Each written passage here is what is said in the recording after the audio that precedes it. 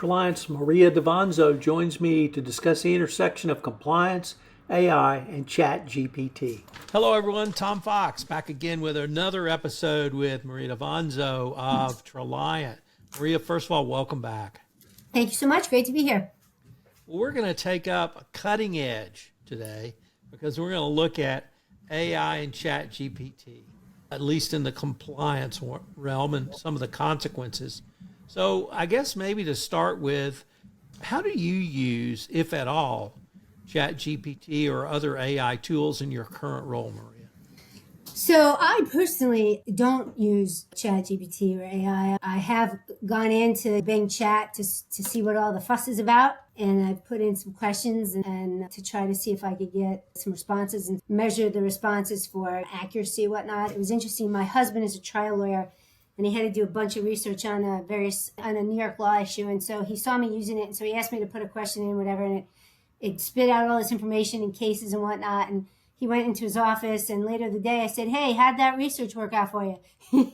He said all the cases were wrong. It was not helpful at all. So I'm not really a big user of it. That being said, our CEO and our chief marketing officer are really enthralled with it. They use it to draft, our CMO uses it to draft an initial version of a blog or some other marketing material. So there is some use for it within our organization, even though I'm not a fan personally.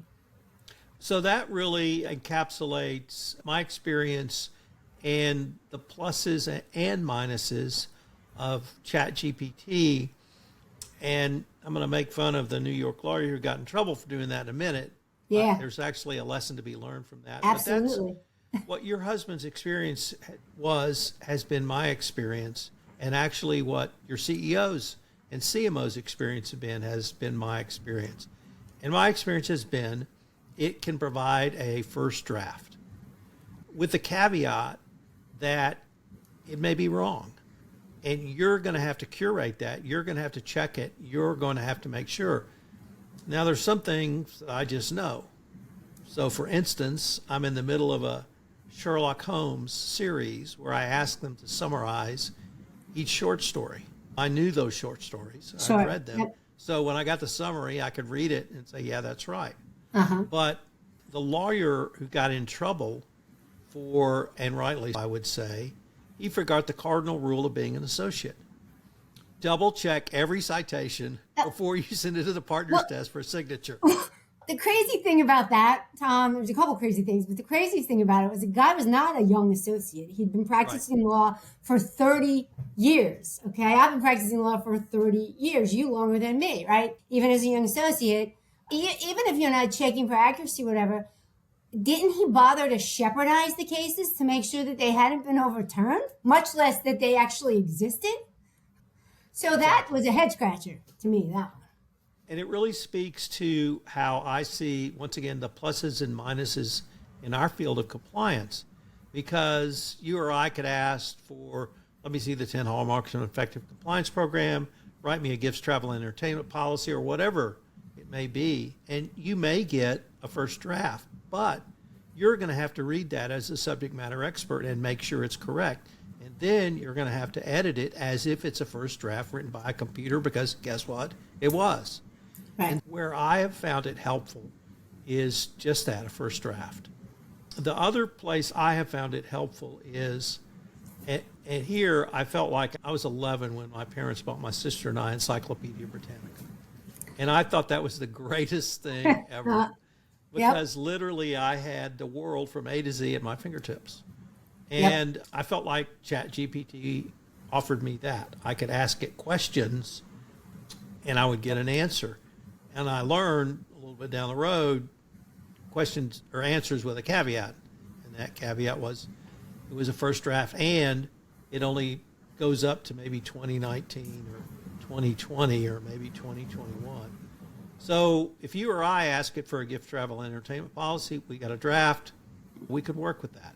Yep. But it's going to take someone with the subject matter expertise to know what should be in a GTE policy. That's where I am as a compliance professional. As a lawyer, I'm where your husband probably is now. It's Yes. not a lot of help. Indeed. Not a lot of help.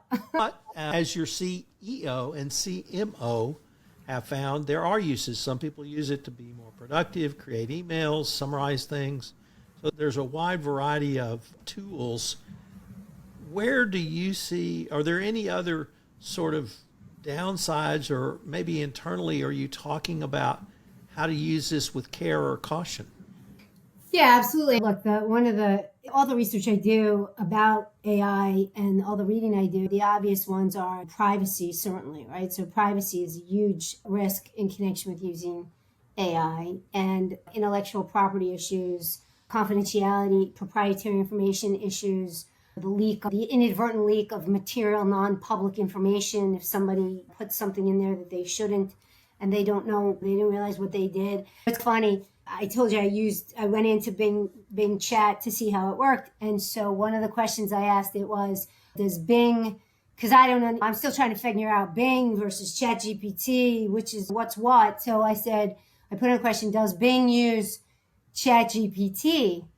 And I get this response, Tom, made me laugh. The response was, I'm sorry, we cannot share our internal technology secrets with you. Was there something else you'd like to ask me? And I actually got, the other funny part of it was, it actually included a smiley face emoji. And so it was almost like I was talking with a live human being. And the more I thought about it, it was like, that also there's some risk there too, because it creates this false sense of familiarity or comfort with the regular run-of-the-mill user who gets an answer where there's actually an emoji. So, I'm just talking to my buddy here. And so they don't think about, you don't put in PI, you don't put in proprietary information, you don't put in MNPI, right? Yeah, there are several risks that you need to think about, right? What we are doing internally is I am preparing an AI policy for Traliant, and also something that we're thinking about making available to our customers as a template place to start. They could take it and then, of course, apply it to whatever risk profile that they have within their organization. We are not in the camp of Samsung or any of the big banks where they've actually prohibited the use of AI for various reasons, but we do think that we need some sort of policy and then probably some training on our people that are going to use it so that they understand how they should be using it. And I would recommend that to every organization that uses AI. So one of the reasons I love talking to you is you're a trial lawyer. You're a recovering trial lawyer, as am I. And my intellectual property work was really limited to common law trade secrets. And the one mandatory rule in the state of Texas was you could have a trade secret. It didn't have to have federal IP protection, didn't have to have copyright, patent protection. But you had to keep it secret. And that meant internal within your company. I don't know what the common law trade secret requirements were in New York, but if it was similar to that, do people understand that if you put something that's otherwise confidential into ChatGPT, one, you put it into a potential database that ChatGPT will use going forward, but two, you may have lost that requirement that you have kept it confidential within your company. Do you think people understand that? I don't think they do. I don't think they do. And I think that's part of the risk. And that's why you have to have a policy and B, training on it. Initially, when I was thinking about AI, I'll admit that I thought, how is this any different than any other data loss prevention concept that the information security department is thinking about on a daily basis? Email, people put things in email, send them out of the organization. This data loss and an attempt to prevent that data loss. But because of the more I've thought about it and the more contact I've had with it, because it is so alluring to people, I think you absolutely have to have a separate AI policy that talks about exactly what you're talking about, and then some training on it. Because no, to answer your question in short, people do not appreciate it the way you and I would appreciate it because of what we do. I was thinking about a discovery request in a trade secret cases. Let me know the time you've used ChatGPT to ask a query. Sure. And that you could present that to the court as saying they didn't keep this confidential. Nope. They had no intention to maintain confidentiality. Absolutely. So we've listed what we think are some of the downsides or at least risks. What are some of the potential benefits at this point? We talked about greater business efficiency, perhaps getting a first draft of something, or are you guys able to, at this point, at least at Traliant, to think through some of the positives for the company? Mainly, we see it as that, right? The first draft, trying to, which the benefits of that are that it will get you to where you need to be a little bit more quickly, right? It creates some efficiencies, etc. And so it makes things a little faster, more effective, especially when you have a small team, right? Our CMO has a very small team. And so what took them, I don't know what period of time, but some period of time, they probably cut that down by some percentage by using a first draft. But again, it's the accuracy checking that has to happen. When this first came out back in November, December of last year, and I can't remember if I told you the story, but our CMO sent me an email, and in the email there was a blog about the DOJ and some of the hallmarks of an effective program and speeches by some of the AUSAs, et cetera.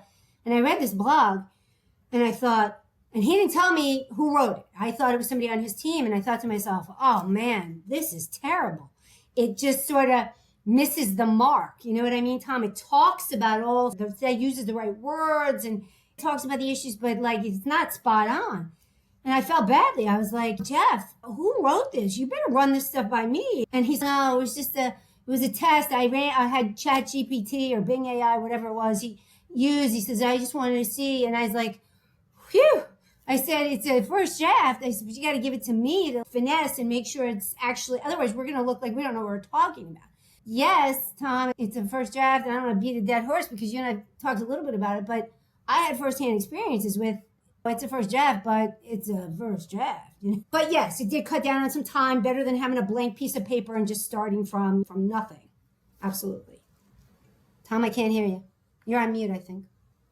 We touched on the need for a policy, and I really wanted to use that to ask you to either explore or explain why having a policy is not sufficient. You have to train on it, and you have to monitor it. And could you explain that process? And I'm going to ask you to draw from your experience as a CCO when you had to roll out a policy and the need for effective training and then follow up, whether that be monitoring or something else. Yeah, absolutely. I think it's similar to other aspects of what we do, right, as chief compliance officers. You wouldn't roll out a code of conduct and not train on it. You would not roll out, you have a specific risk, let's say it's anti-money laundering. You would not roll out an AML policy and not train on it. And the reason for that is you can get the policy out there. You and I both know, our audience probably knows, folks may or may not read it. Even if they have to certify to it, they may or may not read it. And if you don't train on it, then you have not even a baseline level of certainty that they are aware of the issue, of how they should approach the issue, what the company's expectations are, and how to mitigate the risk that the policy was intended for.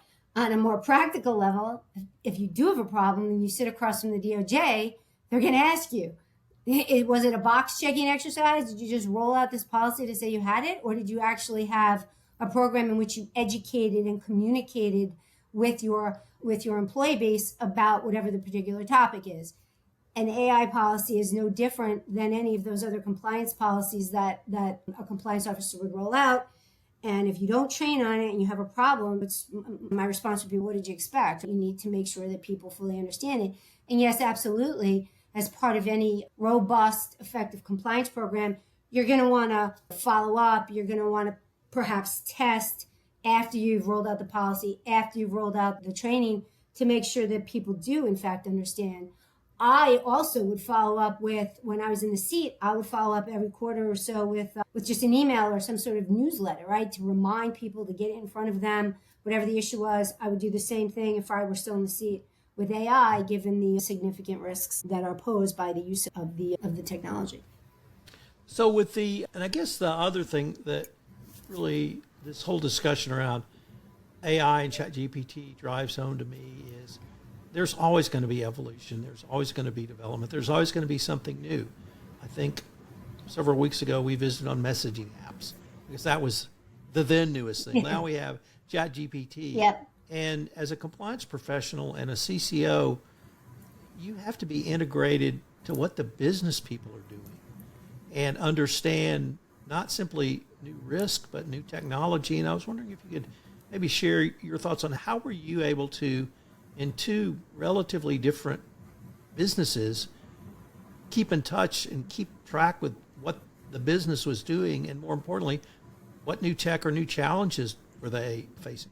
Yeah, sure. No, that's a really great question. The way that I did it was I created a very good relationship with not only all of the business people and the marketing folks, but to me, more importantly, in my view, with our chief information security officer.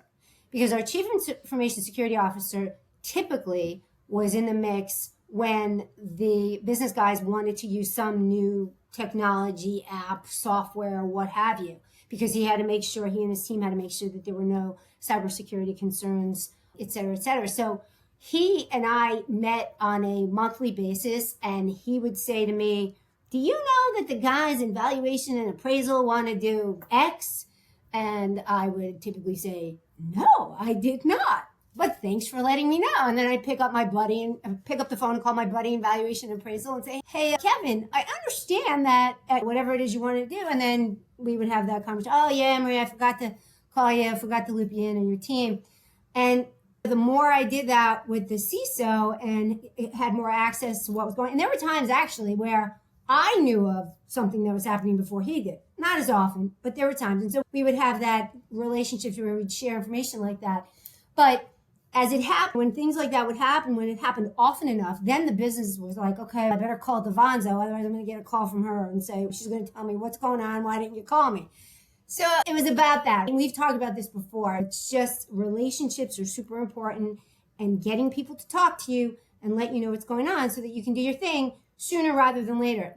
I hated being in the position, and I'm sure you can appreciate this, of you get looped in at the last second and you see something that you have to raise. You can't avoid raising it because it's that serious, and it stalls the project for another 6 weeks or whatever. And then they look at you like you're the bad guy. And if you had told me on day one, we wouldn't be here. Absolutely. So as we move forward, this strikes me that now our podcast dialogue has convinced me that compliance professionals need to be out ahead of this, and they need to be making those inquiries, and they need to be finding out what your CISO's thinking, but also how's your CMO using this? Yes. Because I talk to a lot of CMOs, and they see this as a huge benefit for their business. Yes. And certainly the CEO as well. I guess maybe our message is either walk down the hall and start talking to people, or if you're working from home, pick up the phone. You need to find out how people are using this. Yes, absolutely. And the other thing I will mention, and you probably know this, as you said a moment ago, everything is changing so very quickly. Absolutely. It was Friday, I think, when I went to finish up my research for our conversation here, I saw that the FTC opened an investigation into OpenAI, and that happened overnight practically. And so that'll be interesting. It'll be very interesting to see what happens with that. I've been desperately looking for the letter that they sent, but of course, I don't think you can get a copy of that, unlike you can sometimes when the SEC sends stuff around. I'd love to see that letter and see what's contained in there, because I think it'll be super interesting to see what the FTC comes out on all of this. Maria, unfortunately, we're near the end of our time. This has been a great conversation. I really enjoyed this series with you, and I hope we can continue our conversations. Me too. Thank you so much, Tom. This is Tom Fox again. Thank you much for joining me on this episode of the FCPA Compliance Report. If you've enjoyed this episode, I hope you'll subscribe, rate, and review wherever great podcasts are listened to. The award-winning FCPA Compliance Report is a production of the Compliance Podcast Network.